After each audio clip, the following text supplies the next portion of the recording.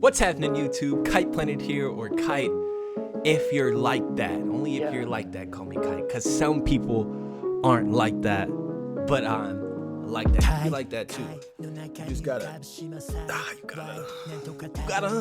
all I can say.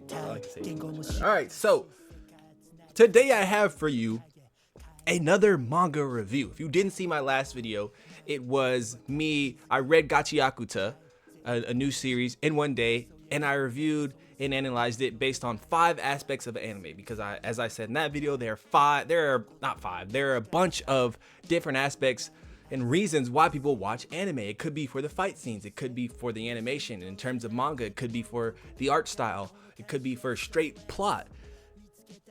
Many different things, world building, pacing, the list goes on. There's so many attributes anime and manga possess. They possess all the attributes. So I picked 5 once again, and I'm going to discuss, review, analyze, whatever you want to call it, the series Fire Punch. And I wasn't recommended Fire Punch. It's just a series it's been in the corner of my eye. I've always seen it when I'm looking on the apps or any manga site. I'll see Fire Punch, and sometimes I'll be on social media and somebody be like, Fire Punch this. I'm like, well, what is that? And then I saw the main character. I'll put that up right here. No, I mean, it's not really spoiling much, but look at this guy. How can you see this and not be like, all right, I want to know what this is?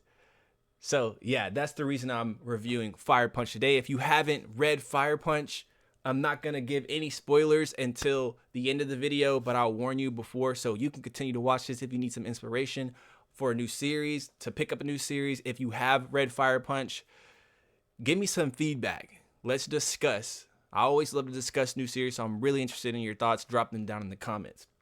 All right, without further ado, hey, leave a like for me, show some love, and subscribe if you like the content, if you want to see more videos like this. And if you have a manga you think I haven't read and I should read, I'll go check it out and bring a video to you. All right, now let's get into it. So the 5 aspects of anime that I chose to represent Fire Punch are plot, concept, pacing, world building, and of course, this is KitePlanet channel.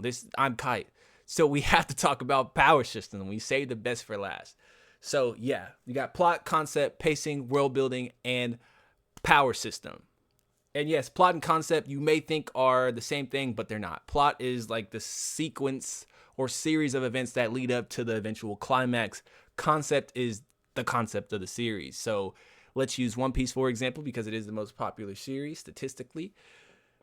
The plot of One Piece is Luffy and his friends are visiting different islands and gathering clues to eventually find the One Piece. They get closer and closer. The concept is they're pirates, and there's a government, and there's a revolutionary army trying to overthrow the government, while the pirates are trying to find this treasure that will make them the king of the pirates and basically be, I guess the king. They'll have some type of order, leader, some claim to the world, whatever. But that's the concept. So the concept and plot are different. Let's hit the plot first. I'll rate them too, just for anybody that wants them to be rated. So the plot's, it's okay. All right, I'm not going to come out swinging like I did. It's okay. It's nothing special, but I think it does get the job done. Why? Because Fire Punch is a series that I don't think it relies on the plot. It relies on emotion, tension, and feeling. I think it relies more on that than it does on its storytelling aspects. So the plot does the job it needs to for this particular series. So if I have to rate the plot in terms of all anime and manga, I give it a 5, 6. It's not really that. I'll say 5. I'll give it right in the middle. It's not really that good. It's not this profound plot or something like that, but the events do keep you engaged. If I say nothing else about the plot of Fire Punch, it's engaging, and that's really all you need. That's the first and most crucial step to an anime or a manga. It needs to be engaging, or the reader will just drop it. So it is that, and that's all you need to know. Anything else you want to gather from that, you're different from me, I'm different from you, so we may think different. You may think the plot is amazing. I'm not saying it's bad. I'm just saying, for me, it'd be a 5. All right, so that's it for plot. Now, let's hit the concept. Oh, wait, I rated it. Yeah, I did rate it. I said it was a 5. All right, now let's move on to concept.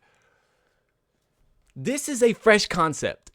Not a lot of concepts like this out here. I mean, any concept that has to do with the world itself will always bring me in, because there are concepts that don't have to do with the world. Some concepts focus on just this tiny area.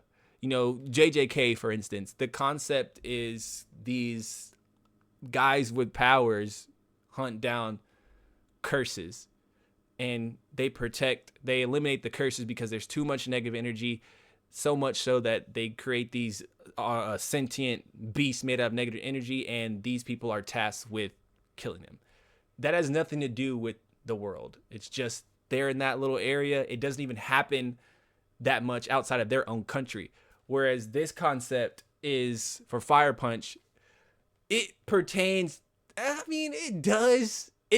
the whole world, because this is a minor spoiler, but it's not really a spoiler. The world is frozen over. Okay? And so they're not really searching for why it is, but it has to do a lot with the plot. The concept is influenced, or the concept is influenced by the plot. The plot is influenced by the concept heavily. So the concept is good. It's a fresh concept. It's very interesting. Once again, it's engaging. You'll be like, okay, like this is something I'm not really used to. What is this? It has a bit of ambiguity to it.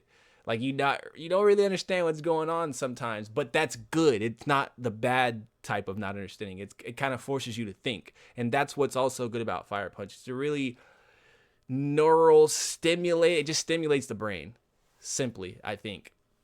All right, now, so if I had to rate the concept, I'll give it a 6.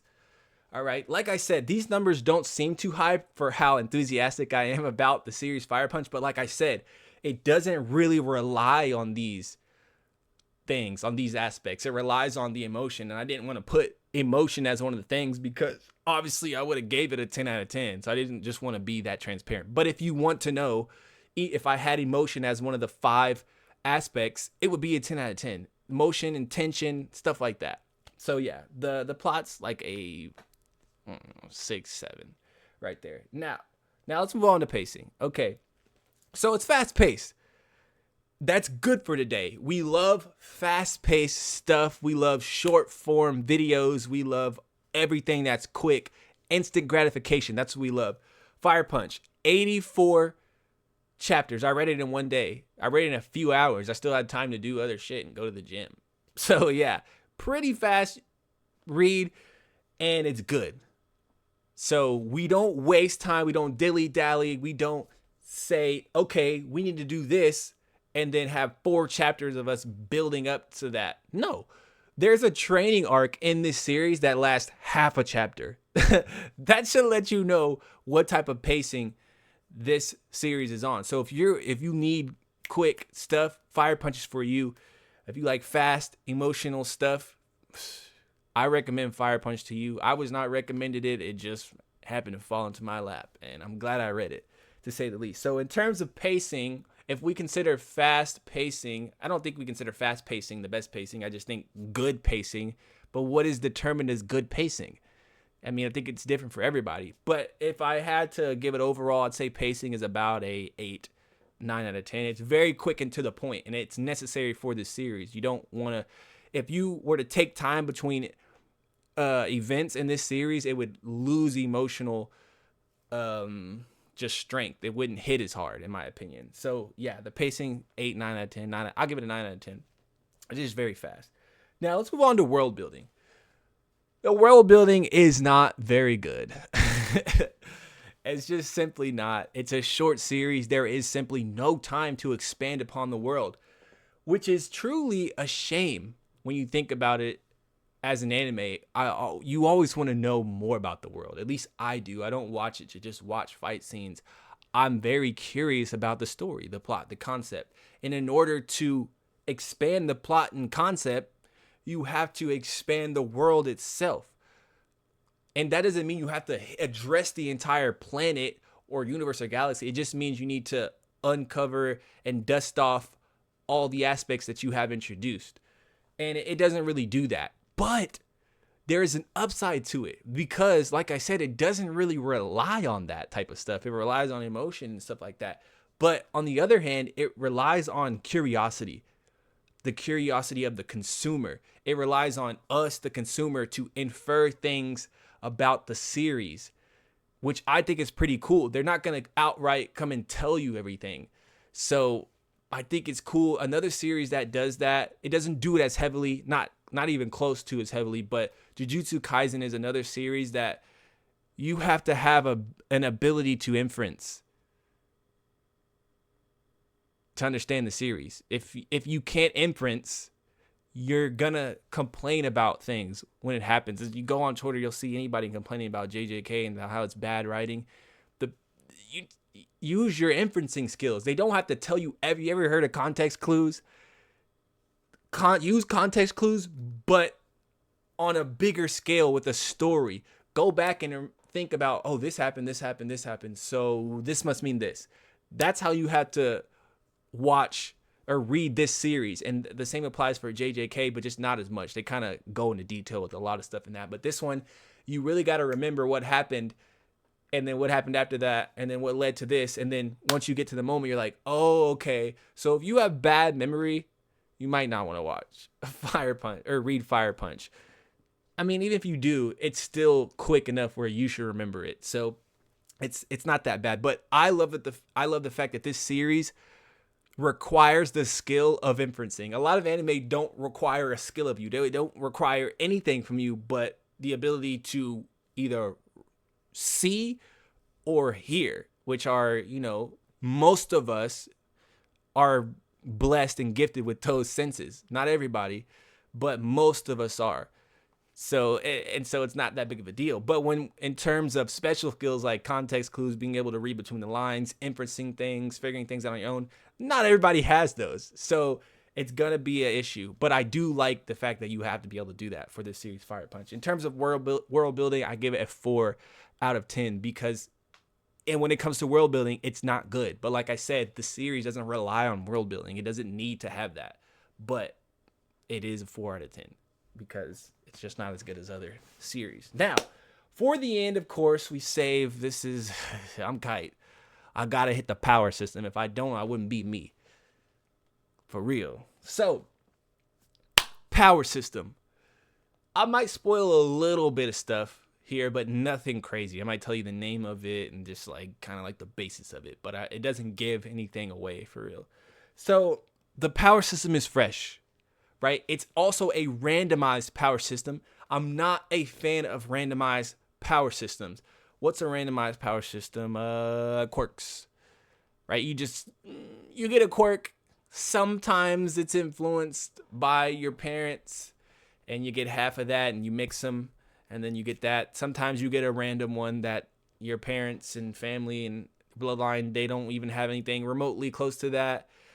That's quirks, and maybe even cursed techniques, cursed energy, because you have inherited techniques from a bloodline, like from the big 3 clans, and then you have innate techniques where people are born with a random cursed technique. And it's just how did he get that? We don't know.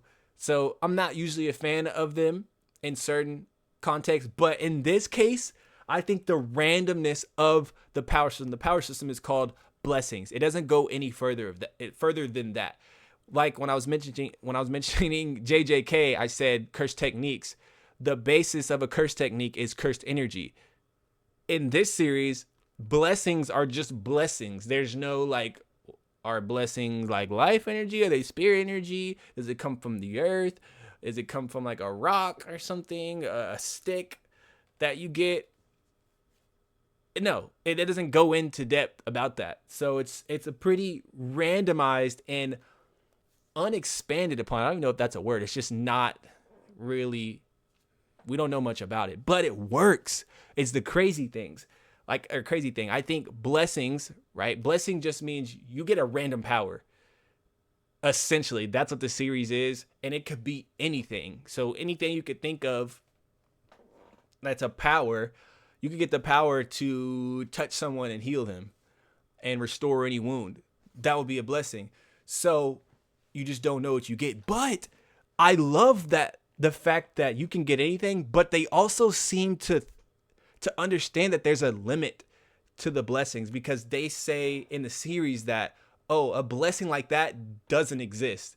So they seem to know about what blessings exist and what blessings don't exist. So it kind of makes me think more of devil fruit, in the way of devil fruit, because they have a devil fruit encyclopedia. And if someone said, oh, this fruit, they'd be like, hold on, like that fruit doesn't exist, or at least it was never cataloged or logged in the devil fruit encyclopedia. So there would be an air of caution around that fruit or around that person, because maybe they might be lying. So you never know. But with this series, it's kind of the same thing, where it's like, okay, that blessing doesn't exist. He's lying. His blessing is something else. So I think that's cool. And the fact that they show you how blessings interact with each other in the series. There's a lot of series in anime and manga that don't show you how the power system interacts with itself. So take, for instance, Ki, or spirit energy from Yu Yu Hakusho. You make Ki, you can launch Ki Blast.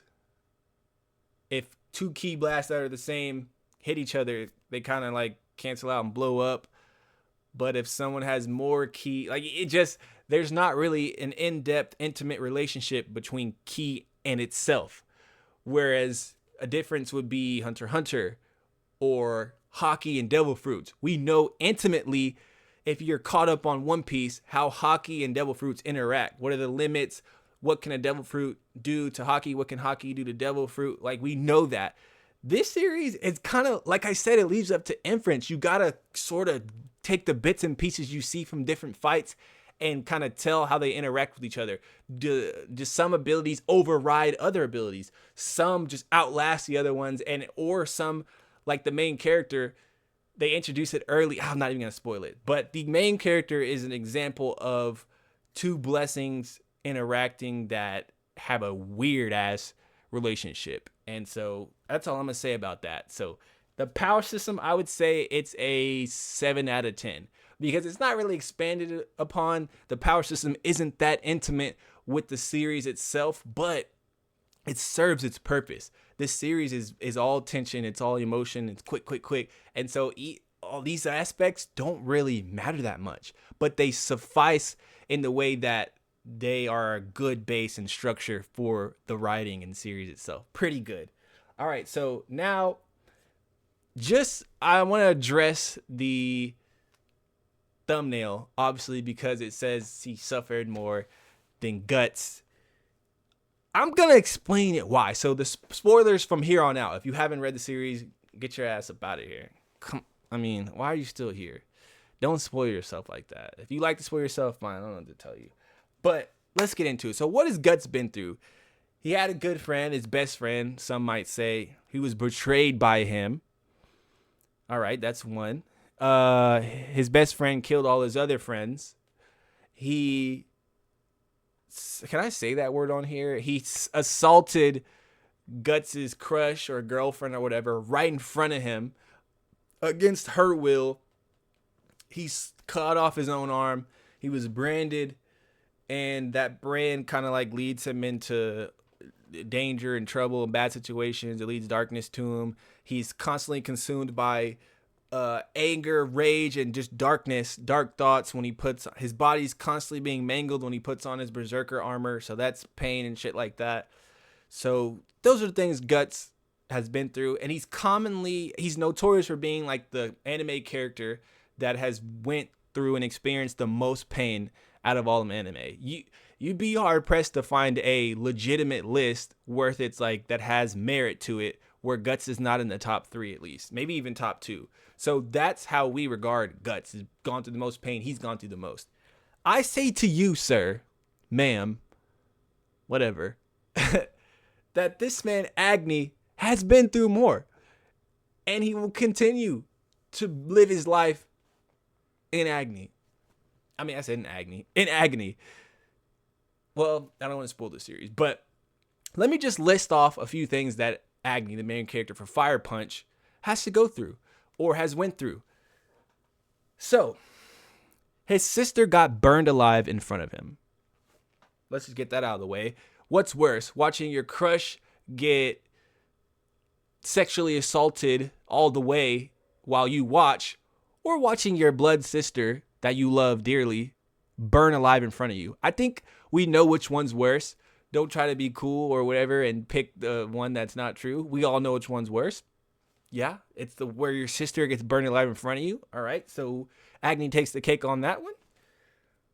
The person that burned his sister alive is now apologetic for it and sees that he did wrong. And you realize, he speaks to him and understands that he was blinded too. He was tricked too. So you can't really blame him. But at the same time, you chose of your own free will to burn my sister alive.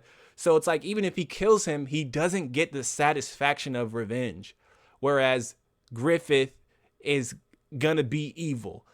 So Guts is going to get that revenge, and it's going to be sweet.